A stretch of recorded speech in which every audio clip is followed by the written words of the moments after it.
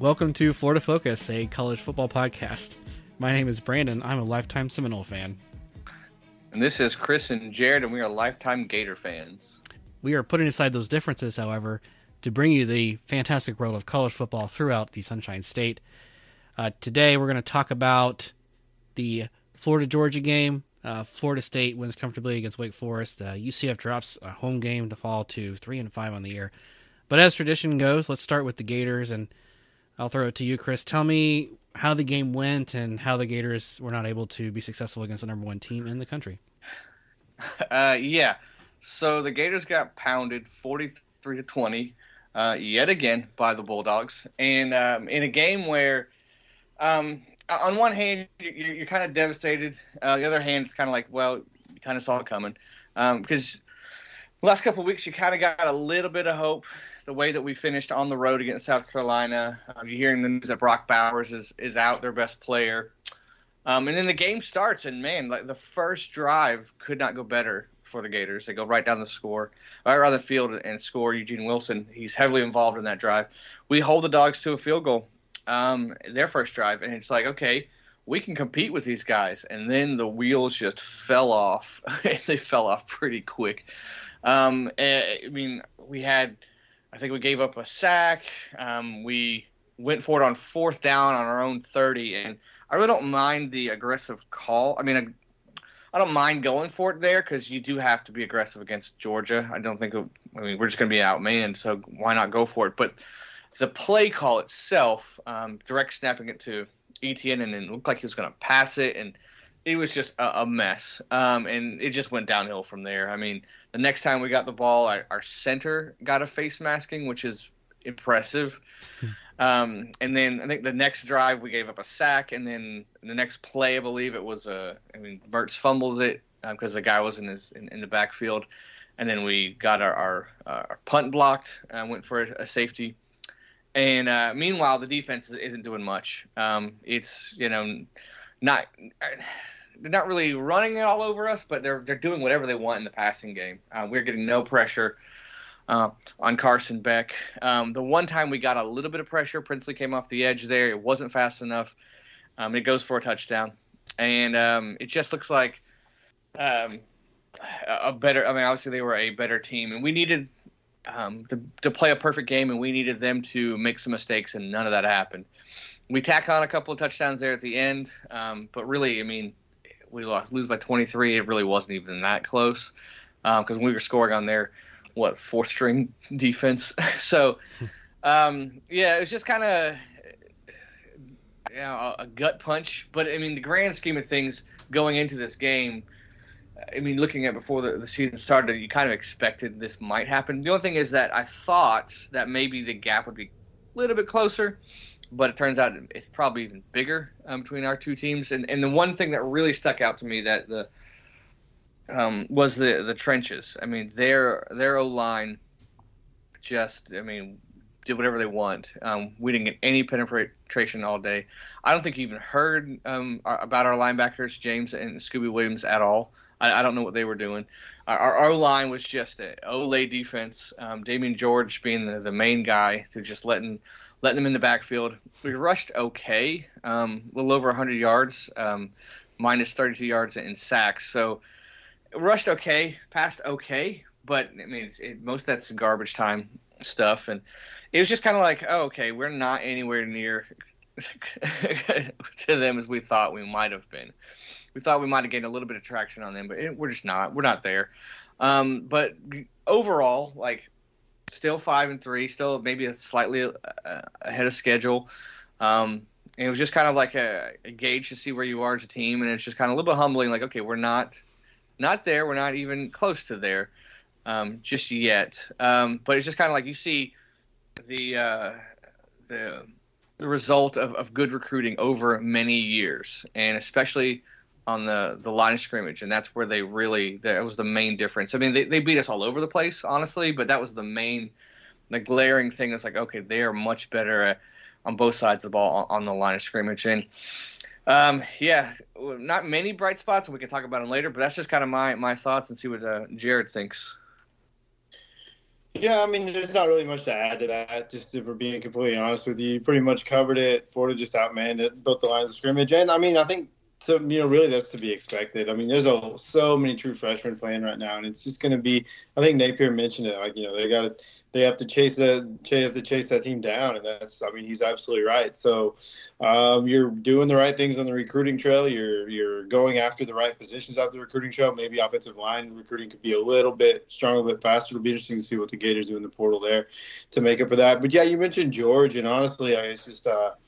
I don't know, man. He had the same issues that at Alabama as we saw yesterday, where he's just physically, he may be that guy, but in the heat of the moment in the game, he makes a lot of mistakes. He's out of position a lot. His footwork's not great, so he may be that in practice, Monday through Friday, but come game day, it's just not there. And we've seen it all year long. So it really makes you wonder what this offensive line could have looked like maybe if Keontae Goodwin hadn't have had to take that leave, and transfer out due to those personal issues with his mom. So, obviously there's a guy that you're probably missing quite a bit right there. But, yeah, I mean, like I said, not much else to cover. We'll see, we'll see where it goes from here.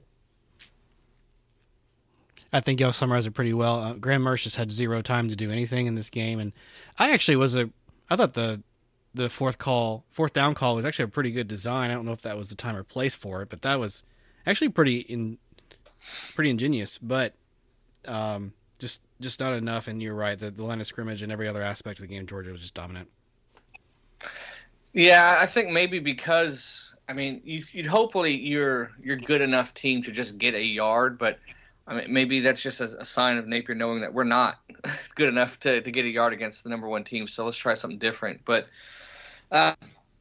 it's interesting. You get things like Trey Wilson, that first drive, I don't know, 5 catches, he has a touchdown, and you don't really see much of him the rest of the game. I don't know if that's a play call thing, if that's Georgia just taking him away, or if it's just the fact that they figured out, hey, we can just send 4 guys, and that's going to be enough to pressure Mertz. And I like Jared said, I think we are recruiting well the last year, especially, and even the transfer portal. Like the D line, I think we've really hit that really well, and I think we're in this recruiting class too. So I think that's coming, but we've really got to figure out the offensive line. Like we haven't done well in recruiting. We've got to patchwork through the transfer portal. That's not really panning out the way we hoped. So if we get some offensive line help, because I think we have a quarterback of the future coming in. We've got obviously some talent around him, but that's that big glaring thing that we are just lacking and behind. Until that gets fixed, we are not going to be where we want to be offensively. But overall, I mean, we needed to win the turnover battle. That didn't happen. We needed a break on special teams. They didn't happen. We needed Georgia to play undisciplined, and that didn't happen. So it kind of stinks. It kind of was laughable at some points. I do like the fact that even though it was backup, I do like the fact that we did continue to fight and put some points on the board and trying to hopefully that translates next week. But I mean, I'm not too worried about it because it just was expected. I mean, it's the number one team back to back. I mean, I say it's the new Bama. Like the way Saban had his teams going, that's the way Kirby's got his teams right now. And so, yeah, it stinks for sure. But I mean, grand scheme of things, it is what it is, So just on to the next, I guess.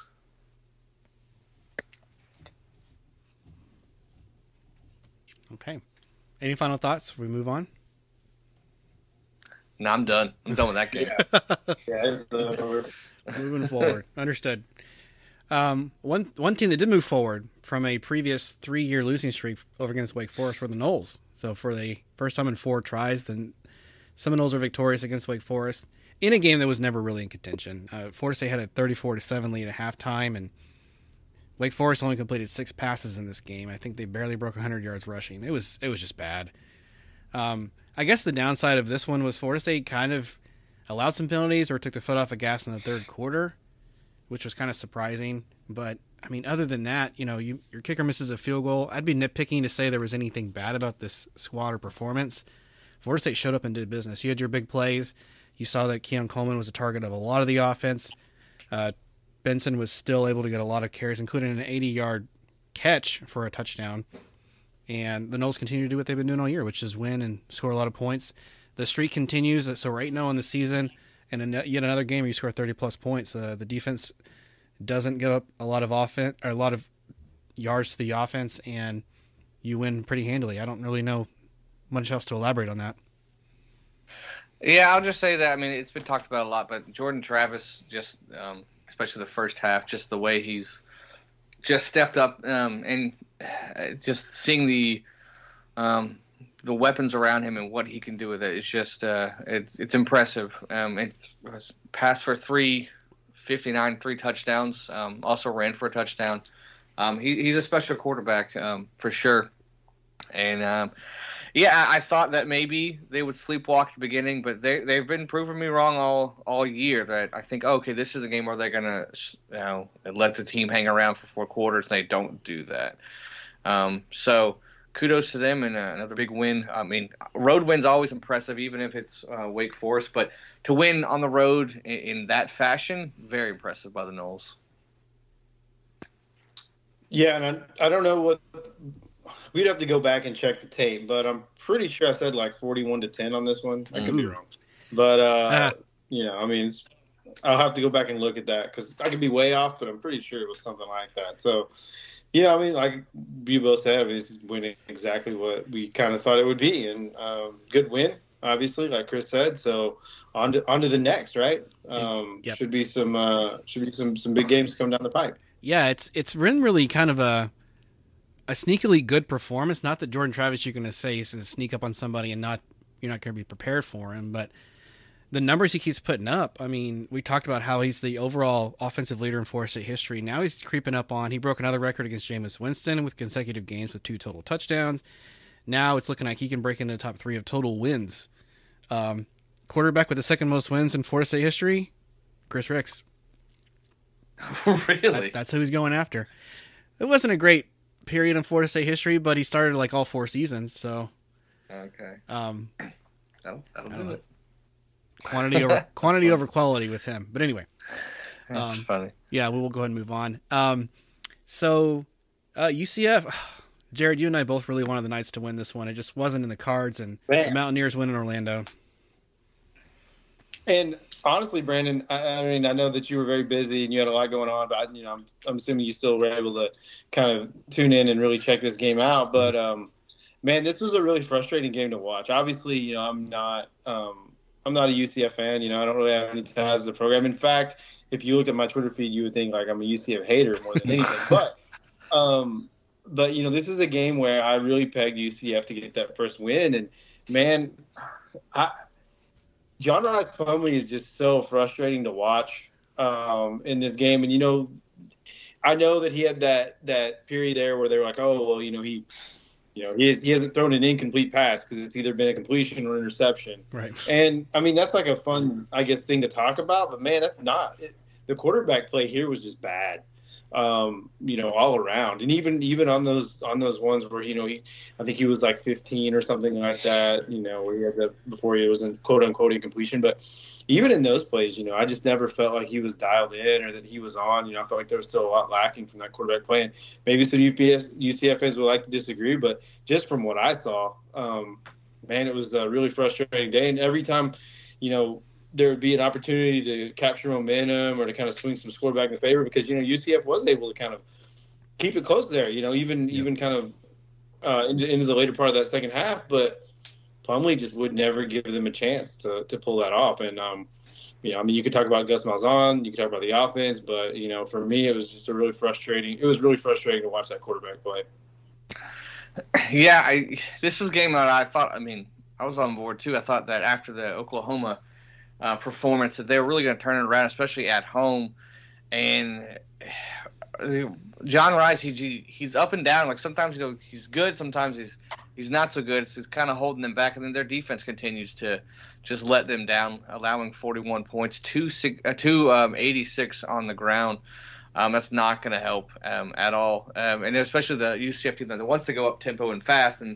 But if you're on the sidelines a lot because your defense can't stop anybody, that's really going to help the momentum that you need for offensively. But That's a heartbreaker for the Knights, man. I really thought this was maybe. I initially I didn't think it was on, and you guys talked me into it, and I was like, okay, yeah, they're gonna win. And now they let us all down. I'm sorry, Chris.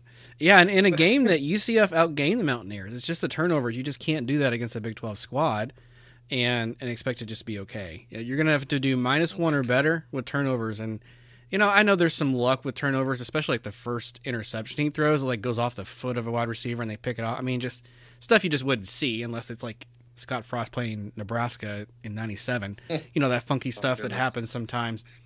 And yeah, West Virginia just made them pay over and over, and it wasn't going to happen for the Knights. The wildest thing about this game, Brandon, is you look at that. It's what was it, like 24-21 going into the fourth or something like that. It was really close there, and then you give up 17 points in the fourth quarter. There, if you're the Knights, so I mean, it was sort of just kind of one of those things where it was just there was teetering, and it was never able to kind of swing that in UCF's favor, and West Virginia just pulled away there at the end. And so, I mean, it was not like it came down to the wire, but if you were watching that game and you're a UCF fan and you're going in the fourth quarter and you're thinking, man, like, we're clearly in this game, and they were, even despite, some questionable play there and some bad quarterback play, and, maybe some swings, and man, West Virginia just did what good team, West Virginia did what some teams can just find a way sometimes to do. And I'm not saying they're a good team or a great team, but in that moment, in that quarter, they took advantage of every opportunity they had. Put 17 up in that fourth and closed the book on it. So tough day. That's the third Big 12 game that they've lost it in the fourth, or they've been competitive, and maybe there's some conditioning to be had there. We'll see, but there's hope. The good news moving forward is that we'll go ahead and jump to next week. UCF or Cincinnati, one of them will get their first conference win next week because they're both 0-5. I'm going to take UCF to finally get their first one. I'm going to be stubborn and stick with them until it happens. But Cincinnati's bad. Cincinnati lost to Miami of Ohio in week 3. They were decently competitive against Oklahoma, but they've been housed by a bunch of squads, including BYU, who's not a good team. But give me the Knights on the road. Yeah, I mean, if we're doing this, let's get into it. Yeah, Knights by 1 million. I'm not a big fan of Cincinnati. I mean, Jared and I know that their quarterback is Emory Jones and leading receiver is Xavier Henderson, 2 former Gators that we weren't too sad when they left. Let's just say that. But I mean, UCF's on a 5-game losing streak. Well, Cincinnati is on a 6-game losing streak. So this is going to be a fun one. And even though it's on the road, I'm still going the Knights because I just I think you see potential there. Like you said, they've been losing close games. You see, like, okay, maybe if they just get it together here and there, they could win a game. But I see nothing out of Cincinnati. I got no faith in them doing anything. So market right now, UCF will score 1 million, and Cincinnati might squeak out a field goal.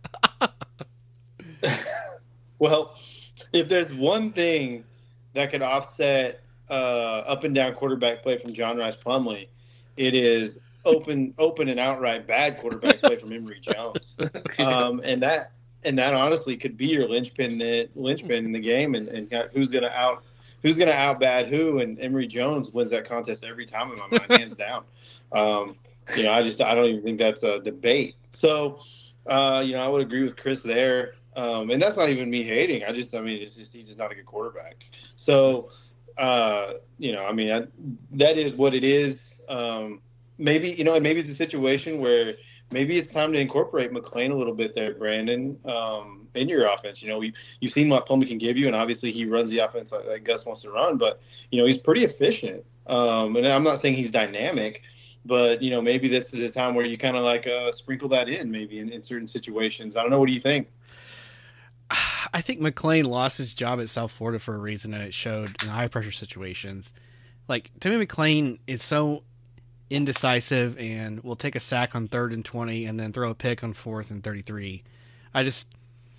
Maybe as a trick play scenario, you could have him for a series or two to kind of mix it up or give Rice Plumlee a break. But, I mean, given what I've seen from Cincinnati, I don't think you need to throw a whole lot of bag of tricks on him. Now, having said that, I 20 minutes ago was talking to somebody about this game and was like, the opposite, like empty the bag of tricks, like do whatever you can to win a game, and they probably could go either route with this one, just win, just beat anyone.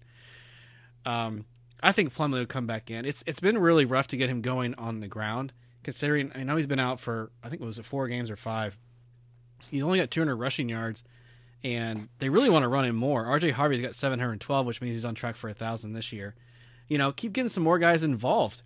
Trent Whittemore finally gets his first touches of the season. He returns a punt, which he has a fair catch for, but he catches 3 catches for 35 yards. Get some of your other guys that have, the transfer from Florida, some other guys involved, and I think that's maybe what Cincinnati, it's a common opponent. You've seen them a lot. You don't like each other. You're kind of familiar with what to expect. Just play yourself, be yourself. Just tell yourself that over and over this week. Yeah, I think as far as the bag of tricks, I think UCF, first down, I think what they really should do is just punt it to Cincinnati, put it into the hands of Emory Jones, and he will do the rest for you. As wild as that may sound, I mean, he's not all the way wrong. Good things happen to opposing defenses when Emory Jones is taken. Yeah, this is fantastic. Let's do this. And the great thing is Xavier Henderson, he likes to return punts. So, yeah, there you go. Punt it to him, and if for some reason he doesn't fumble it, Emory Jones gets the ball next, and victory Knights. Yeah, and what's great about the Xavier Henderson returning punts for Cincinnati is you're in no way, shape, or form in danger of a good return, right? So, you don't have to worry about that. Special teams can just punt the ball, take a nap. I mean, by the time they wake up, he's gained like 10 yards, maybe. So, not an explosive playmaker there. He has speed overall, but explosive returning punts is a wild position to put Xavier Henderson in. So it kind of really casts a huge shadow over the rest of your playmakers if that's your dynamic guy that's fielding your punts. I mean, he does have like cheetah-like speed. A cheetah in quicksand, but cheetah-like nonetheless.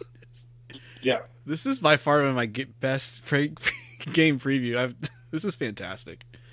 I wish more teams would play against former Gator players. This is great. I mean, it's just guys that we've been familiar with and we've seen, and we know what they bring to the table, and it's not much. Unfortunately, there for the Bearcats, it's interesting that their coaching staff put the fate of their program in the hands of Emory Jones and Xavier Henderson this year.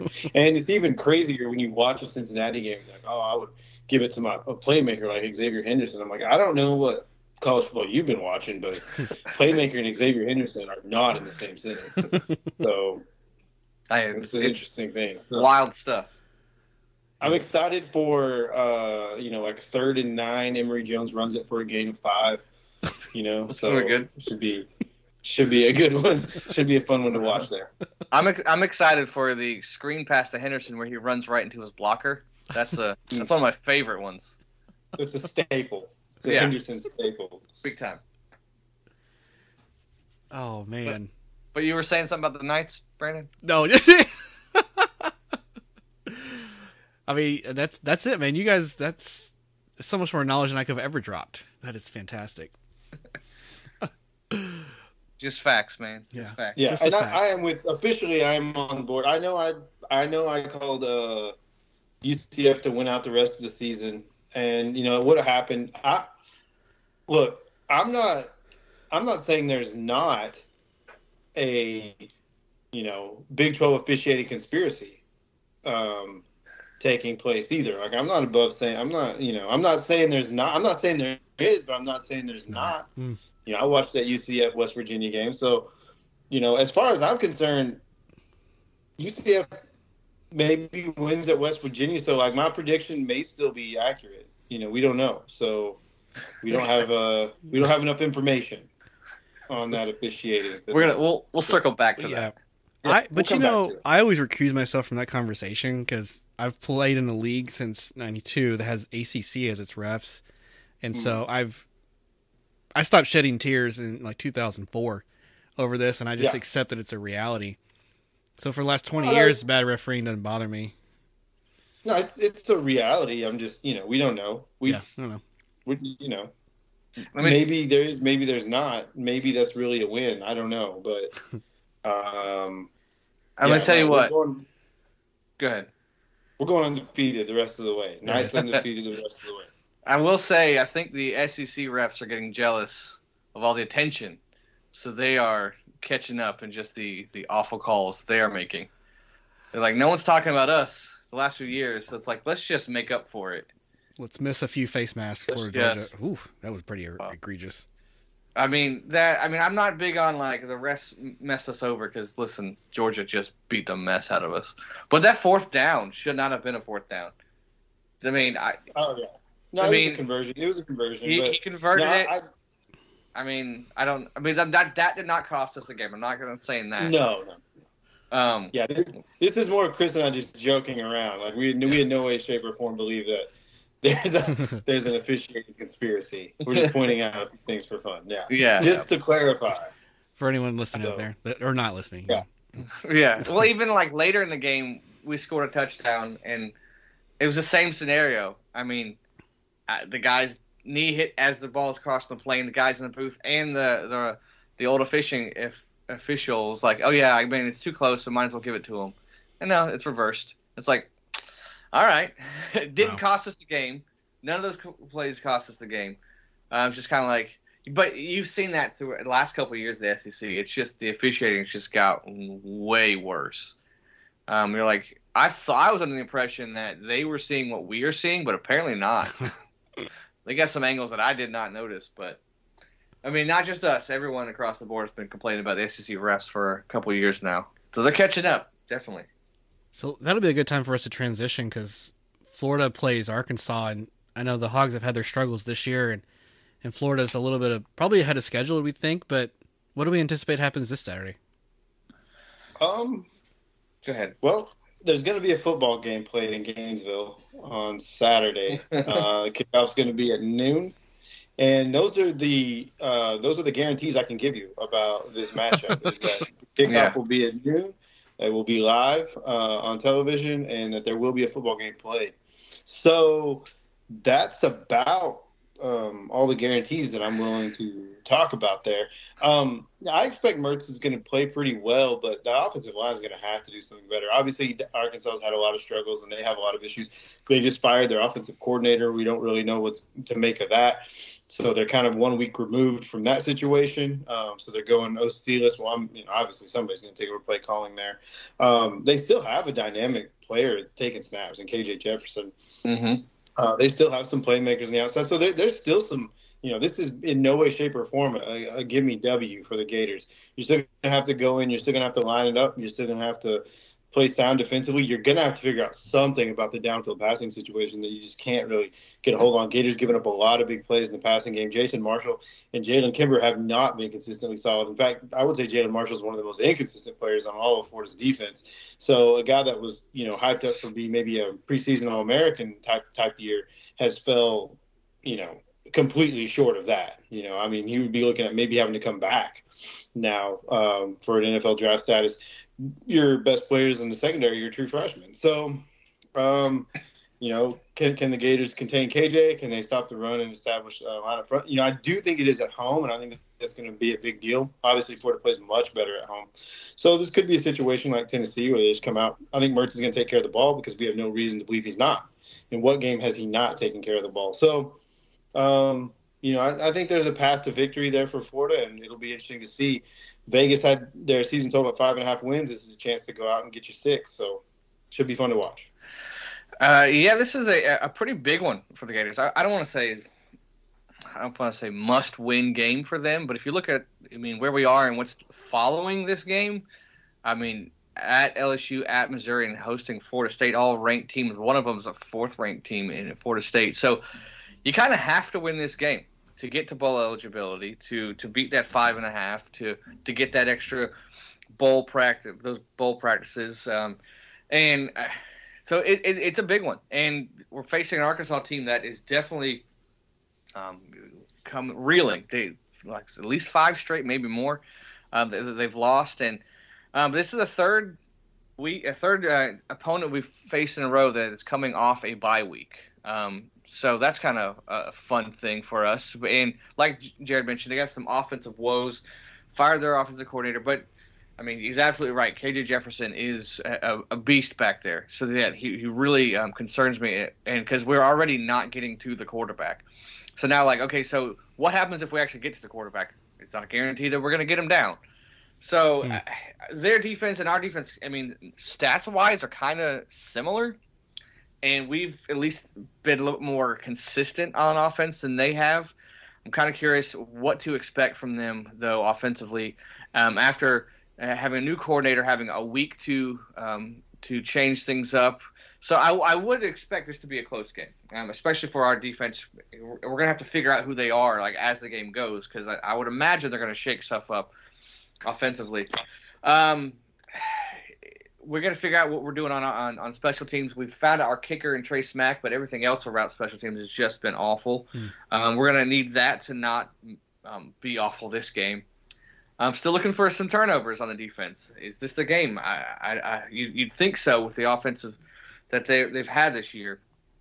And I do trust Mertz. I really do. I trust him. And going into the season, two of the biggest questions were, would our defense improve at all? And is Mertz as bad as we think he was? So our defense have slightly gotten better, but really not much. But there has been some improvement on the defense. And Mertz actually has exceeded expectations for sure. Absolutely. How this game goes, I don't know. I don't know if the line is 6 so far. We do play a lot better at home. It's the blackout game. We're saluting the veterans, and we really want to bounce back and get that awful game out of our that taste of that awful game out of our mouths. If I had to pick, I think going before the Georgia, I would have been like, oh, Florida by 14, but now I'm like Florida by like 9, maybe. It probably is going to be closer than it should, to be honest. I think no one's giving Arkansas really much of a chance, but I think they scare me coming off after a bye week. They really do. So, I mean, that Florida by 6, I kind of like that. I'm going to give us a little bit more of a bump because we're at home. So Florida by 9, I don't know. I have no idea. 27 to what's 9? -9. Someone do the math for me. 18, I don't know. Yeah, you got it. Yeah, something like that. That sounds like a good odd number for this game. So Florida, maybe an uncomfortable win against Arkansas. Yeah, and the last thing I'll say about it is obviously it's another home game. Should be a pretty good fan spectacle there, despite the kickoff at noon. Obviously, Florida doing sort of their salute to the armed forces in there and wearing their black jerseys they'll auction off to support different foundations there. So it should be pretty exciting. A really good unofficial visitor list. You have Jaden Baugh, who's a running back who's actually committed to Arkansas. He's going to be committing to Florida. Florida looking to flip one of 2 running backs, whether it be Lacey, the kid from Texas, the one-time Nebraska commit who just decommitted, or even Jaden Baugh, who's currently committed to Arkansas. So they're looking for that running back too there in that spot. Obviously Amaris Williams, big recruiting battle. He's committed to Florida, but he's a 4-star defensive tackle or defensive lineman there. So he's still got a lot of teams after him. So getting him back on campus is going to be pretty huge. And then Michael Bourrier, who was a Florida defensive line decommitted. He's back visiting Florida.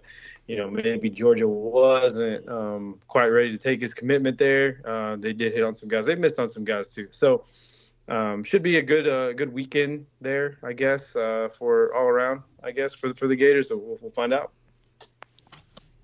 Florida wins 18-11. Okay.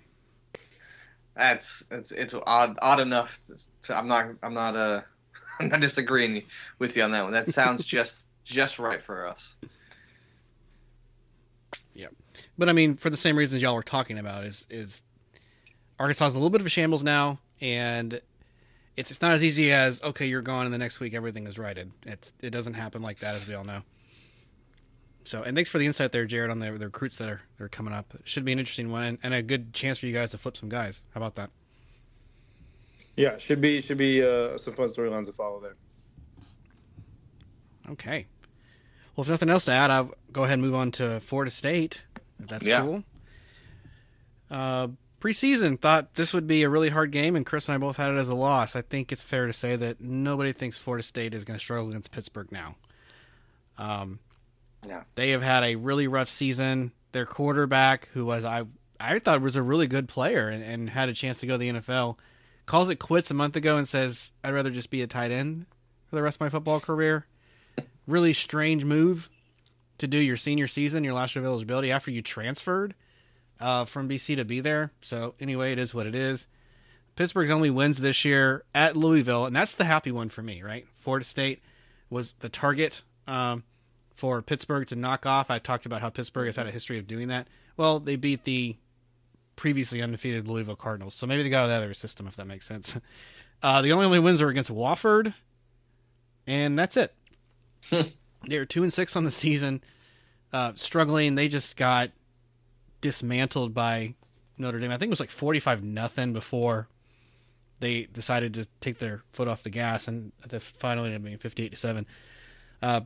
Pittsburgh's in shambles right now, and Pat Narduzzi made some comments after their loss to Notre Dame, almost blaming the players, and he kind of tried to put it back on himself, but it was probably too late.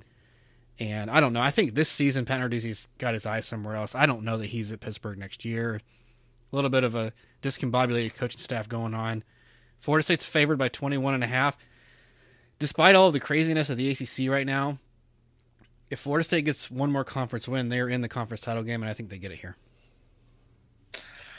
I mean, you mentioned our predictions for Florida State at Pitt earlier in the year, and man, in the famous words of Lloyd Christmas, I was way off. I mean, Pitt has just, it's so weird. I mean, in classic ACC fashion, you have a 2-6 season, but you do beat Louisville, who is, number 2 in the ACC. So just random, crazy random.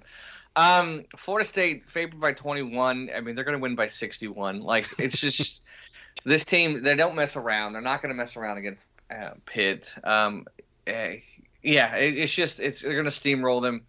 You're going to see a lot of Rodemaker for sure. I just don't see any way Pitt does anything to the Noles to really scare them. So, and this Florida State team, I mean, all year I've been impressed by it. It's like, oh, this is the game they're going to trip up. This is the game they're going to let a lesser opponent hang around. They just don't. They're not doing that, at least up to this point. So I don't see any reason why Florida State just does not steamroll Pitt in this game.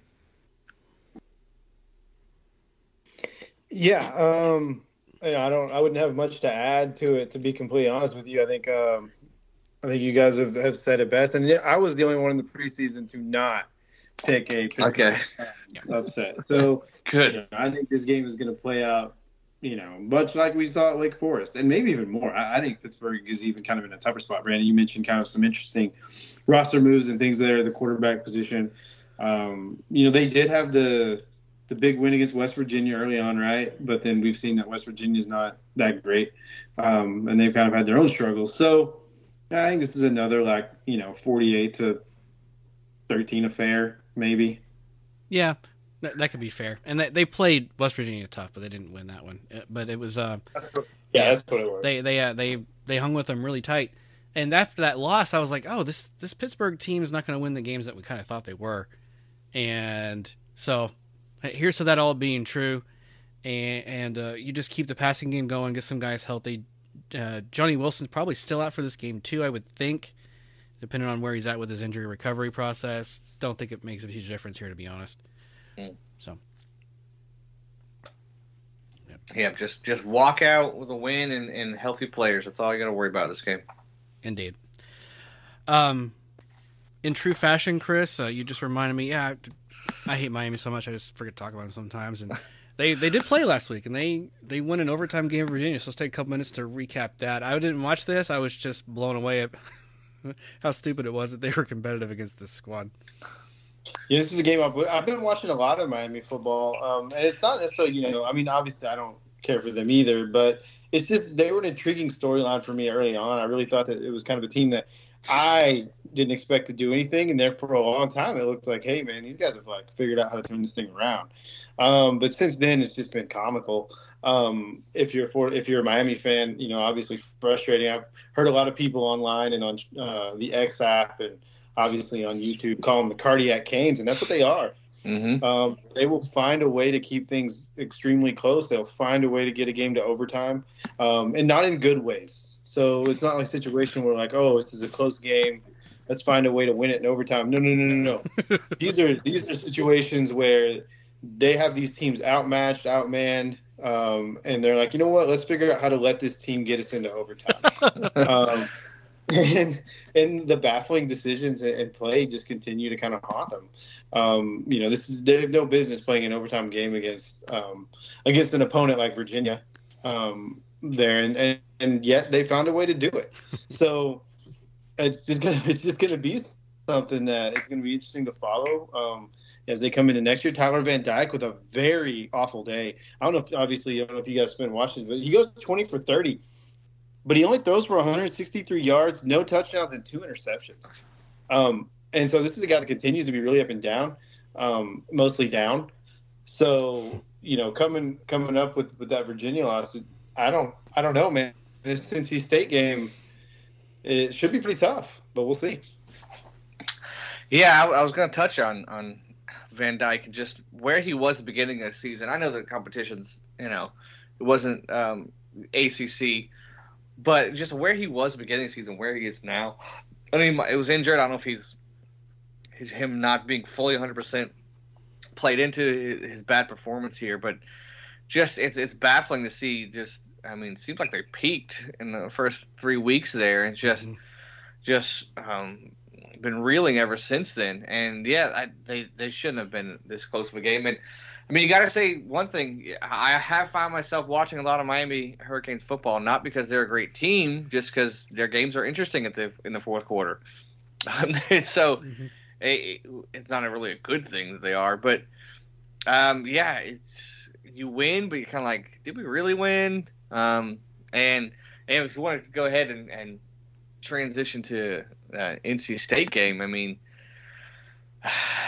they're favored, I guess, on the road, but NC State, they just beat Clemson. Now take that for whatever you want to take it, but it's something.